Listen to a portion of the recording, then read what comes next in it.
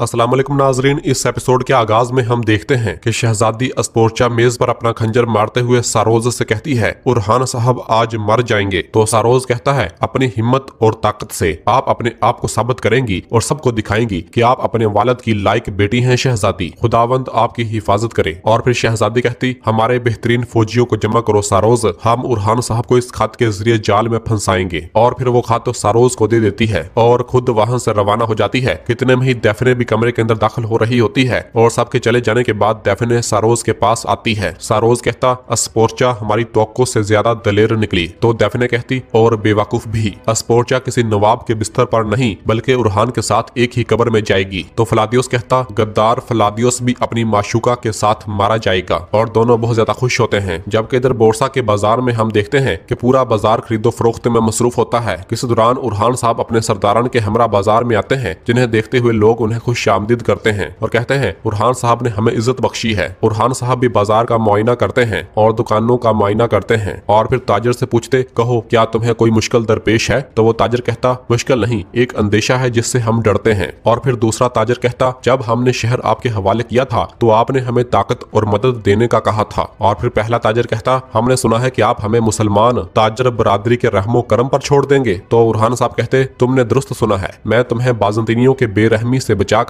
अपने अखियों के आदिलाना इंतजाम के सुपुर्द करूंगा। और फिर सबसे मुखातब होकर कहते हैं, ए शहरे बोरसा के गैर मुस्लिम ताजरों, अब से तुम्हारे ताजरों के शेख अखी याहिया उस्ताद हैं। जब तक तुम्हारा तराजू हक से नहीं फिरेगा तुम्हारा दिल मुतमईन रहेगा। हमारे अखियों के निजाम से तुम्हारी तजारत में बरकत आएगी और तुम्हारी कमाई में इजाफा होगा। और ये मत भूलना कि बोरसा, जिसे हम शहनशाह से लिए गए सोने से मालामाल करेंगे, सरहदी इलाकों का सनती और तजारती शहर बनेगा। तो सब कहते हैं, शुक्रिया जनाब, शुक्रिया। और फिर खलील उरहान साहब को शहजादी अस्पोर्चा का पैगाम देते हुए कहता है, अजनीक से हजूर। उरहान साहब उस पैगाम को खोलकर पढ़ने लग जाते हैं। अलाउद्दीन पूछता, क्या ये अस्पोर्चा की जानब से है हजूर? उरहान साहब कहते, हाँ, हदूद का तायन करने के लिए राहब की चट्टानों पर बुला रही है। अलाउद्दीन कहता, इन पर भरोसा नहीं किया जा सकता भाई, आप फिर भी अपना ख्याल रखिएगा। और फिर उरहान साहब आगे बढ़ते हैं। जबकि दूसरी जन्म हम फातिमा खातून को देखते हैं, जो कि फलादियोस से मिलने जंगल में एक जगह पर आती है और अपने घोड़े से नीचे उतरकर एक चिट्ठी घोड़े की जैन में डाल देती है और कहती है, अब भागने का कोई रास्ता नहीं है अकचोरा, आज तुम मेरे साथ कबीले चलोगे। अगर आज भी इसने मेरे भाई से मुलाकात ना की तो मेरे हाथों उसकी खैर नहीं। जबकि दूसरी जन्म हम फलादियोस को भी देखते हैं, जो कि घोड़ा अपना जंगल में बांध रहा होता है और जैसे ही फलादियोस फातिमा की जानब आ रहा होता है तो ऊपर से फातिमा फलादियोस को देख लेती है और इधर फलादियोस अपने दिल में कह रहा होता है, आज ये मोहब्बत अपना मुश्किल तरीन इम्तिहान देगी। क्या तुम फलादियोस को भी अकचोरा की तरह चाहोगी फातिमा? जबकि फातिमा भी दूर से फलादियोस की जानब बढ़ रही होती है। इस दौरान चारों अतराफ से फलादियोस को मोहब्बत के सुरमा घेरना शुरू कर देते हैं, जिन्हें देखते साथ ही फलादियोस अपनी तलवार निकाल लेता है। जबकि यह देखते साथ ही फातिमा भी फौरी तौर पर दरख्त के पीछे छुपकर उन्हें देखने लग जाती है। मोहब्बत के सुरमाओं ने चारों तरफ से फलादियोस को घेर लिया होता है और वो सब एक एक करके फलादियोस पर हमलावर और उसे पकड़ने की कोशिश करते हैं। तो फलादियोस कुछ के साथ लड़ता है और उन्हें मौत के घाट उतार देता है, लेकिन उनकी तादाद ज्यादा होने की वजह से वो फलादियोस को काबू करना शुरू कर देते हैं। उसके हाथों को रस्सियों से बांध देते हैं और उसे फौरी तौर पर छकड़ना शुरू कर देते हैं और बहुत ही जल्द रस्सियों से उसे लिपेट लिया जाता है और उसे पूरी तरह से छकड़ लिया जाता है। जबकि दूर बैठी फातिमा भी ये सारा मंजर देखकर बहुत ज्यादा परेशान हो रही होती है और कहती, मेरा अल्लाह तू हिफाजत फरमा। जबकि अगले ही लम्हे एक जानब से हेक्टर भी निकल आता है और फलादियोस के सामने आ जाता है। मोहब्बत के सुरमा फलादियोस को हेक्टर के सामने घुटनों के बल बैठा देते हैं। हेक्टर कहता है, फलादियोस आज शिकारी हम हैं, और अपनी तलवार निकालकर फलादियोस की गर्दन पर रख देता है और फिर कहता, ये खूबसूरत कपड़े भला किसके लिए पहने हैं? मैं मुतजस्सिस हूँ। जबकि फातिमा भी ये सारा मंजर देख और सुन रही होती है और फलादियोस की असलियत उसके सामने आ चुकी होती है। और फिर इधर हेक्टर अपने सिपाहियों से कहता, ले आओ इसे, और उसके आदमी फलादियोस को पकड़कर वहां से ले जाते हैं। जबकि पीछे से फातिमा बहुत ज्यादा परेशान होती है और वो भी अपने घोड़े की जानब भागती है और उसकी जैन से अपनी कमान तीर निकालती है और फलादियोस के पीछे रवाना हो जाती है।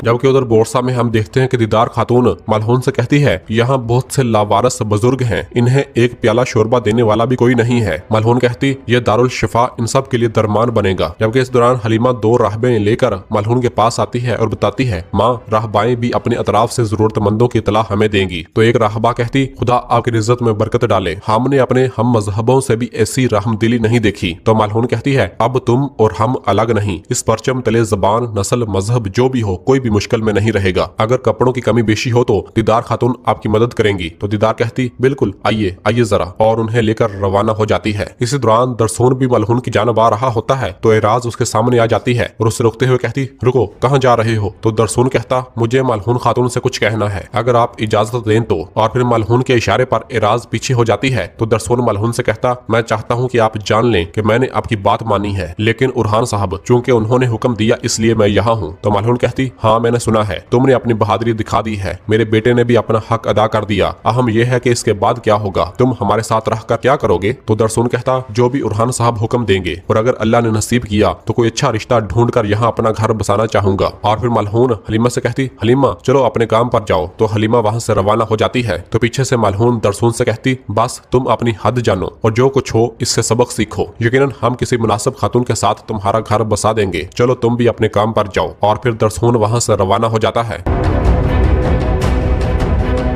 जबकि दूसरी जानब हम शहजादी अस्पोर्चा को देखते हैं जो कि बाज़ंतीनी सिपाहियों के हमरा उस जगह पर पहुंचती है जिस जगह पर उसने उरहान साहब को बुलाया होता है। वहां पहुंचने के बाद अपने घोड़े से नीचे उतरती है तो अपने सिपाहियों से कहती चलो सब अपनी आंखें खुली रखना, कार्रवाई के लिए मेरे हुक्म का इंतजार करना। यह सुनते साथ ही उन सिपाहियों का कमांडर अपने आदमियों को हुक्म देता है तो वो तमाम बाज़ंतीनी सिपाही शहजादी अस्पोर्चा पर ही अपनी तलवारें तानना शुरू कर देते हैं। ये देखते हुए शहजादी कहती ये तुम क्या कर रहे हो? हाँ, और अपनी तलवार निकाल लेती है और कहती मैं तुम्हारी तकफूर होने के नाते हुक्म दे रही हूँ, फौरन अपनी तलवारें फेंक दो। उनका कमांडर कहता पकड़ लो इसे। यह सुनते साथ ही जैसे ही एक सिपाही आगे बढ़ता है तो शहजादी अस्पोर्चा उस पर हमला करके उसे मौत के घाट उतार देती है। और फिर दूसरा सिपाही जैसे ही शहजादी को पकड़ने के लिए आगे बढ़ता है तो उसे एक जोरदार तीर आ लगता है जो कि किसी और ने नहीं बल्कि उरहान साहब ने चलाया होता है। उरहान साहब अपने सिपाहियों और सरदारों के हमरा वहां पहुंच जाते हैं और कहते हैं सबको मार डालो। ये कहते और सुनते साथ ही बाज़ंतीनी सिपाही कई सिपाहियों पर हमलावर हो जाते हैं। उरहान साहब अपने तीरों से एक एक को मौत के घाट उतारना शुरू कर देते हैं, जबकि अब्दुर्रहमान, खलील और बाकी तमाम सिपाही भी तमाम बाज़ंतीनियों को जहन्नम वासल कर रहे होते हैं। दुमरल, बालाबान और बाकी कई सिपाही भी हर एक बाज़ंतीनी को जहन्नम वासल करते ही चले जा रहे होते हैं और वो बहुत ही जल्द तमाम के तमाम बाज़ंतीनियों को मौत के घाट उतार देते हैं। और फिर उरहान साहब शहजादी अस्पोर्चा के पास आते हैं और उससे पूछते क्या तुम ठीक हो? ये तीसरी बार हुआ है। तो शहजादी कहती उन्होंने मुझसे गद्दारी की, तुम हक बजानब थे। नाज़रीन, इसके बाद हमें वो मंजर दिखाया जाता है जब किले के बाहर शहजादी 60,000 सोने के सिक्के माहिदे के तहत उरहान साहब के स्पुर्द करने आई होती है और बाज़ंतीनी सिपाही उरहान साहब के सामने वो तमाम सोने से भरे हुए संदूक खोलकर उन्हें दिखाते हैं। और फिर शहजादी कहती शहनशाह का वादा किया हुआ सोना। तो उरहान साहब कहते फिक्र मत करो, मैं ये सब बोरसा के लोगों के लिए इस्तेमाल करूंगा। और फिर शहजादी बोरसा किला की जानब उदास भरी निगाहों से देखने लग जाती है। तो उरहान साहब कहते उदास मत हो, बोरसा भलाई के लिए अहल हाथों में है, किसी दिन आओ दोस्त के तौर पर मेरी मेहमान बनो। तो शहजादी कहती अब दोस्ती नहीं रही उरहान साहब, सिर्फ दुश्मनी है। उस दिन अमन की पेशकश कबूल न करने पर तुम बहुत पछताओगे। तो उरहान साहब कहते इस वक्त मेरी भी तुम्हारे लिए एक पेशकश है। शहजादी कहती तुमने बोरसा ले लिया, क्या ये काफी नहीं था और क्या चाहते हो? उरहान साहब कहते तुम्हारे सबसे करीबी लोगों में से एक मुअब्बदों का आदमी है और वो सारोज है। तुम्हारे बाप का गार से अगवा होना, काफिले पर होने वाला हमला, इन सब में सारोज का हाथ है। ये सुनकर शहजादी ने कहा था मैं तुम्हारा यकीन क्यों करूं? उरहान साहब कहते क्योंकि मैंने तुमसे पहले कभी झूठ नहीं बोला। तो शहजादी ने कहा था अगर चाहो तो एक बार फिर सोच लो। मैं तुम्हारे पास आई, दोस्ती की पेशकश की। उरहान साहब कहते तुम सोचो, मेरी बातों में कोई झूठ नहीं था, मैंने सिर्फ तुम्हारी बात सुनी, अब तुम मेरी बात सुनोगी। तो शहजादी ने कहा था मैं तुम्हारी बात नहीं सुनूंगी और मैं तुम्हारा यकीन भी नहीं करती क्योंकि तुम चाहते हो कि मैं इस जंग में अकेली रह जाऊं। और जाने लगी थी तो उरहान साहब ने शहजादी का हाथ पकड़ लिया था और कहा था शहजादी तुम पहले ही अकेली हो, तुम्हारे चारों तरफ गद्दारी है, अगर अब तुमने मेरी बात ना सुनी तो तुम सिर्फ अकेली नहीं रहोगी, तुम मारी भी जाओगी। ये सुनकर शहजादी ने कहा था तुम मुझे मौत से नहीं डरा सकते उरहान साहब। उरहान साहब ने कहा था मैं समझ गया तुम बहादुर हो, लेकिन अब मुझे तुम्हारी अकल चाहिए, अगर अकलमंद हो तो मेरी बात सुनोगी। सारोज ने बोरसा का तकफूर बनने के लिए फलादियोस के बाप को मार दिया, अपने करीबी को। इनका कोई दीन ईमान नहीं है शहजादी, सारोज मुअब्बदों का कुत्ता है। ये सुनते ही शहजादी ने कहा था लेकिन फलादियोस भी मुअब्बदों के साथ मिला हुआ है। उरहान साहब कहते नहीं ऐसा नहीं है, फलादियोस शुरू से ही शहनशाह का वफादार है, वो मेरा वाहद दोस्त है। और फिर शहजादी ने पूछा था तुम क्या चाहते हो? तो उरहान साहब ने कहा था जो तुम शुरू से ही सबसे ज्यादा चाहती हो, जाल बिछाकर मुझे मारना।